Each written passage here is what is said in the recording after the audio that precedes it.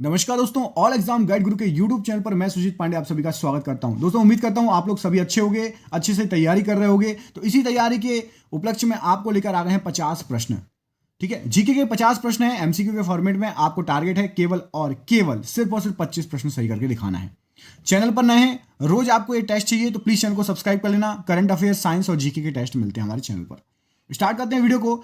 निम्नलिखित में से किसे देवनाम प्रिया के नाम से जाना जाता है? तो यहां पर इस प्रश्न का सही आंसर हो जाएगा अशोक को देवनाम प्रिय या देवनाम प्रिया। बहुत सारे नाम थे इससे संबंधित अशोक, सम्राट अशोक के। अगला क्वेश्चन देखिए, भगत सिंह, सुखदेव और राजगुरु को फांसी की सजा कब दी गई है? तो यह दी गई है आपका ऑप्शन नंबर ए 23 मार्च 1931 को। ऑप्शन नंबर ए यहां पर सही आंसर हो जाएगा। 23 मार्च 1931 को तीनों लोगों को फांसी की सजा दी गई। अगला क्वेश्चन देखिए, ये आपकी स्क्रीन पर। गुजरात के वाघेला राजवंश का वह अंतिम शासक कौन था जिसकी हार के बाद अलाउद्दीन खिलजी को राज्य दिया गया था? तो अलाउद्दीन खिलजी को राज्य करण देव की हार के बाद दिया गया था। ऑप्शन नंबर डी करण देव। बढ़ते हैं अगले क्वेश्चन की तरफ। ये रहा आपकी स्क्रीन पर।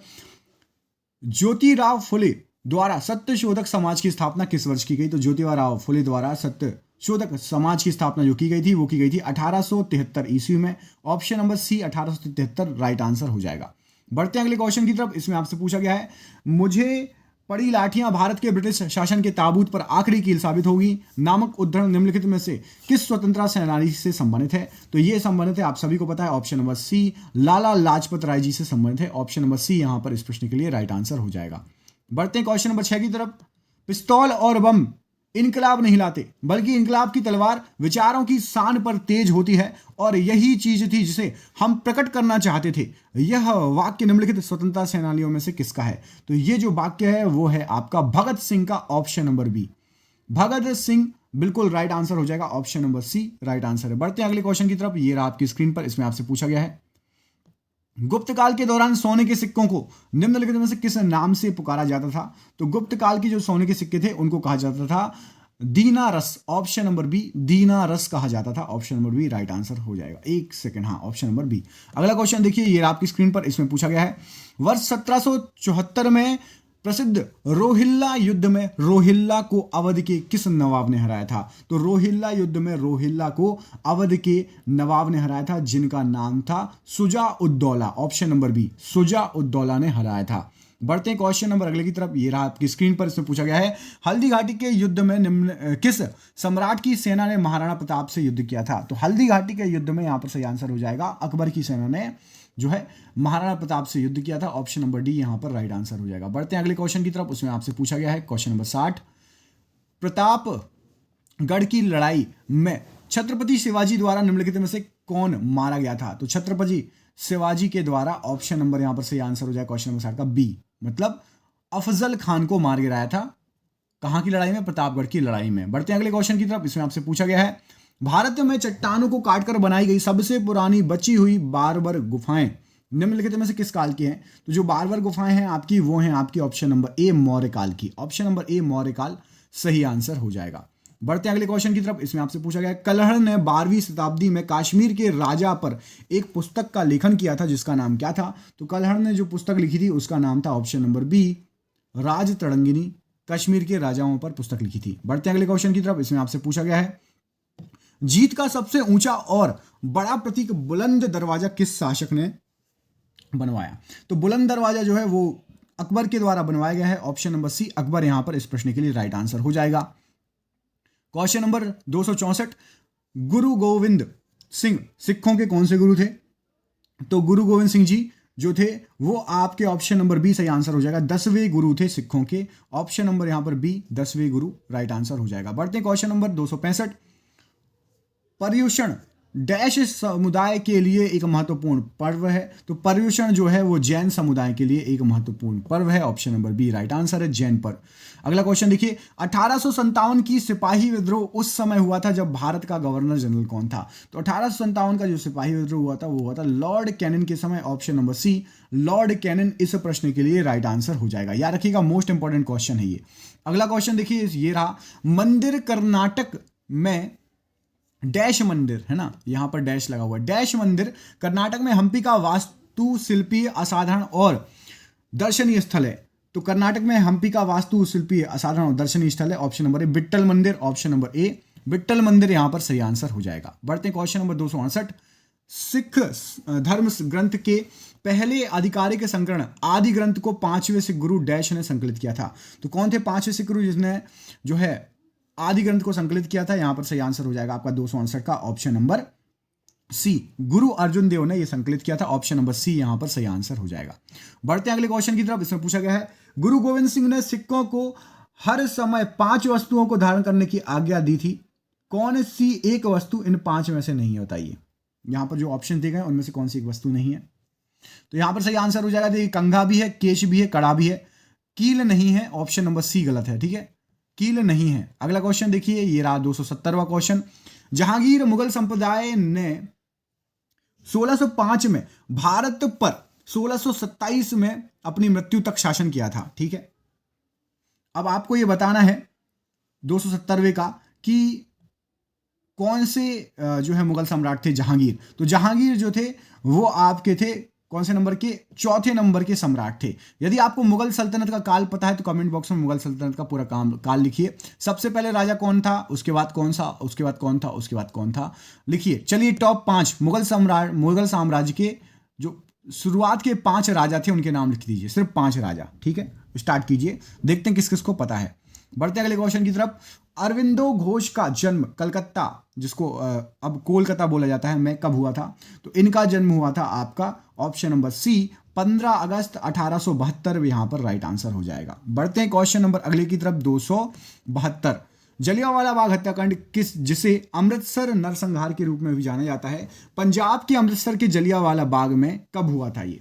तो ये जो हुआ था आपका 272 का ऑप्शन नंबर ए 13 अप्रैल 1919, ऑप्शन नंबर ए राइट आंसर हो जाएगा। बढ़ते अगले क्वेश्चन की तरफ। इसमें पूछा गया है 1909 में जेल से रिहा होने के बाद अरविंद घोष ने डैश नामक 2 साप्ताहिक समाचार पत्रों की शुरुआत जो है छापना शुरू किया था। तो एक तो था अरविंद घोष का अंग्रेजी में कर्मयोगिनी और बंगाली में था धर्म, ऑप्शन नंबर सी सही आंसर हो जाएगा। अंग्रेजी में कर्मयोगिनी नाम का और बंगाली में धर्म नाम का 2 समाचार पत्रों, साप्ताहिक समाचार पत्रों की शुरुआत की थी। मोहनदास करमचंद गांधी को 1915 में दक्षिण अफ्रीका में एम्बुलेंस सेवाओं में योगदान के लिए जो है पेंस हर्ट के डैश द्वारा केसर ए हिंद की उपाधि दी गई थी। तो केसर ए हिंद की उपाधि दी गई थी लॉर्ड हार्डिंग द्वारा, option number B lord Hardinge द्वारा केसर ए हिंद की उपाधि दी गई थी। अगला क्वेश्चन देखिए, प्लासी की लड़ाई सिराजुद्दौला और ब्रिटिश ईस्ट इंडिया कंपनी के बीच कब लड़ी गई थी? तो प्लासी की जो लड़ाई हुई थी, क्वेश्चन नंबर 275 सही आंसर है ऑप्शन नंबर सी 23 जून 1757 को, ऑप्शन नंबर सी यहां पर सही आंसर हो जाएगा। बढ़ते हैं अगले क्वेश्चन की तरफ। ये आपकी स्क्रीन पर 276 गोल गुंबज भारत के किस राज्य में स्थित है? तो गोल गुंबज भारत के कर्नाटक राज्य में स्थित है, ऑप्शन नंबर कर्नाटक डी यहां पर इस प्रश्न के लिए सही आंसर हो जाएगा। क्या सही आंसर है? Karnataka, option number D. बढ़ते हैं अगले क्वेश्चन की तरफ। इसमें पूछा गया है भारतीय राष्ट्रीय कांग्रेस के 19वें सत्र के अध्यक्ष कौन थे? तो भारतीय राष्ट्रीय कांग्रेस के 19वें सत्र के अध्यक्ष लाल मोहन घोष जी थे, ऑप्शन नंबर सी लाल मोहन घोष जी इस प्रश्न का सही आंसर हो जाएगा। बढ़ते हैं क्वेश्चन नंबर 278 की तरफ। तो 278 में पूछा गया है आपसे आईने अकबरी के लेखक कौन थे? तो आईने अकबरी के लेखक यहां पर सही आंसर क्या हो जाएगा? इनके लेखक थे अबुल फजल। अबुल फजल यहां पर सही आंसर हो जाएगा आईने अकबरी के लिए। अगला क्वेश्चन देखिए, इसमें पूछा गया है निम्न में से किसका संबंध मुगल साम्राज्य से नहीं है? तो मुगल साम्राज्य से सबसे पहले देख लेते हैं किस किसका है संबंध। तो सबसे पहले यहां पर आपका कामराज मिर्जा का है, शाह आलम द्वितीय का भी है, दारा शिकोह का भी है। शेर शाह सूरी का कोई संबंध नहीं मुगल साम्राज्य से, तो यहां पर ऑप्शन नंबर बी सही आंसर हो जाएगा। शेर शाह सूरी का संबंध नहीं है मुगल साम्राज्य से। बढ़ते हैं अगले क्वेश्चन की तरफ। शेख ख्वाजा कुतुबुद्दीन बख्तियार काकी की दरगाह स्थित है। तो शेख ख्वाजा कुतुबुद्दीन बख्तियार काकी की दरबार, ऑप्शन नंबर बी दिल्ली में स्थित है, ऑप्शन नंबर बी यहां पर सही आंसर हो जाएगा। बढ़ते हैं अगले क्वेश्चन की तरफ। इसमें पूछा गया है 1924 में कांग्रेस के बेलगाम सम्मेलन के दौरान कांग्रेस के अध्यक्ष कौन थे? तो 1924 में अध्यक्ष थे कांग्रेस के कौन से? यहां पर सही आंसर हो जाएगा बेलगाम में MK Gandhi ji, Mohandas Karamchand Gandhi ji, option number सी सही आंसर हो जाएगा। बढ़ते हैं अगले क्वेश्चन की तरफ। इसमें आपसे पूछा गया है निम्नलिखित में से कौन सा राजवंश कुतुबुद्दीन ऐबक द्वारा स्थापित किया गया था? तो कुतुबुद्दीन ऐबक द्वारा गुलाम वंश की स्थापना की गई थी। ऑप्शन नंबर सी गुलाम वंश सही आंसर हो जाएगा। बढ़ते हैं अगले क्वेश्चन की तरफ। इसमें आपसे पूछा गया है निम्नलिखित प्राचीन पुस्तकों में से बाणभट्ट ने किस पुस्तक का लेखन किया है? तो बाणभट्ट द्वारा लिखित पुस्तक यहां पर ऑप्शन नंबर सी कादंबरी सही आंसर हो जाएगा। कादंबरी बाणभट्ट द्वारा लिखित पुस्तक है। बढ़ते हैं क्वेश्चन नंबर 284। सिख धर्म के 5वें गुरु कौन थे? तो 284 का आंसर है ऑप्शन नंबर ए गुरु अर्जुन देव सिख धर्म के जो है 5वें गुरु थे। बढ़ते हैं अगले क्वेश्चन की तरफ। ये रहा आपके 285वां क्वेश्चन। निम्नलिखित में से किस घटना से लॉर्ड कर्जन का संबंध है? तो लॉर्ड कर्जन का संबंध है ऑप्शन नंबर बी से बंगाल के विभाजन से। ऑप्शन नंबर बी यहां पर सही आंसर हो जाएगा, बंगाल का विभाजन। Question number 286। British east India company ने भारत में निम्नलिखित में से कौन सा पहला किला बनवाया था? तो ब्रिटिश ईस्ट इंडिया कंपनी द्वारा बनवाया गया था फोर्ट सेंट जॉर्ज का किला। Option number A Fort Saint John's ये बनवाया गया था ब्रिटिश ईस्ट इंडिया कंपनी द्वारा। 287 क्वेश्चन नंबर। भारत में राष्ट्रीय आंदोलन के संदर्भ में पूना समझौता पर हस्ताक्षर कब हुए थे? तो पूना समझौता पर जो हस्ताक्षर हुए थे वो हुए थे आपके 1932 में। ऑप्शन नंबर डी 1932 पूना समझौता के लिए राइट आंसर है। अगला क्वेश्चन देखिए मध्यकालीन भारत के संदर्भ में निम्नलिखित युग्म में से कौन सा युग्म सही है? तो मध्यकालीन भारत के संदर्भ में आपका दुआर्ते बारबोसा ये पुर्तगाल ये वाला आपका युग्म सही है। ऑप्शन नंबर सी यहां पर सही आंसर हो जाएगा, दुआर्ते बारबोसा पुर्तगाल। अगला क्वेश्चन देखिए निम्नलिखित में से 15वीं शताब्दी के दौरान असम में वैष्णव संप्रदाय के मुख्य समर्थकों में से एक कौन था? तो असम में वैष्णव संप्रदाय के मुख्य समर्थकों में से एक का नाम है शंकर देव जी।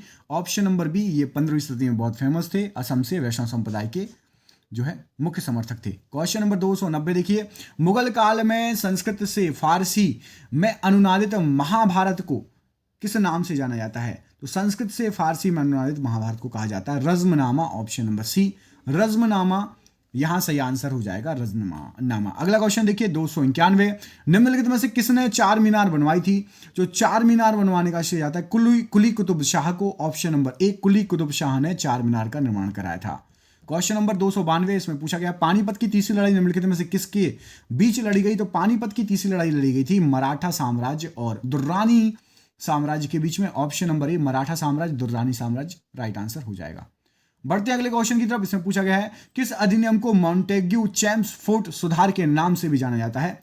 तो मॉन्टेग्यू चेम्सफोर्ड के सुधार के नाम से भी भारतीय शासन अधिनियम 1919 को जाना जाता है। ऑप्शन नंबर बी भारतीय शासन अधिनियम 1919 राइट आंसर हो जाएगा। 12वीं सदी के कर्नाटक में वीरशैव के अनुयायी कौन थे? तो 12वीं सदी में कर्नाटक के वीरशैव के अनुयायी यहां पर option number Basavanna. Option number D यहां पर सही आंसर हो जाएगा। बसवन्ना जो थे वो वीरशैव के अनुयायी थे। 12वीं सदी में कर्नाटक में ये लोग थे। प्राचीन भारत में कितने शक्तिशाली महाजनपद मौजूद थे? तो प्राचीन भारत में आपके टोटल 16 महाजनपद मौजूद थे। महाशक्तिशाली 16 जनपद आपको याद होगा, मैप भी देखा होगा आपने इनका, है ना। लाला लाजपत राय निम्नलिखित में से किस बैंक के संस्थापक थे? तो लाला लाजपत राय ने ऑप्शन नंबर ए पंजाब नेशनल बैंक का जो है संस्थापक थे। ऑप्शन नंबर ए यहां पर सही आंसर हो जाएगा। बढ़ते हैं अगले क्वेश्चन की तरफ। इसमें पूछा गया है हिंदू पौराणिक कथाओं के संदर्भ में निम्नलिखित में से कौन सा विकल्प भगवान विष्णु के 10 अवतारों में से एक नहीं है? यहां पर जो ऑप्शंस दिए गए हैं आपको बता दें भगवान विष्णु के 10 अवतारों में से एक नहीं है। वराह अवतार भी है, मत्स्य अवतार भी है, कुर्म अवतार भी है, गरुण अवतार नहीं है। गरुण भगवान विष्णु का वाहन था, गरुण अवतार नहीं है 10 अवतार में से।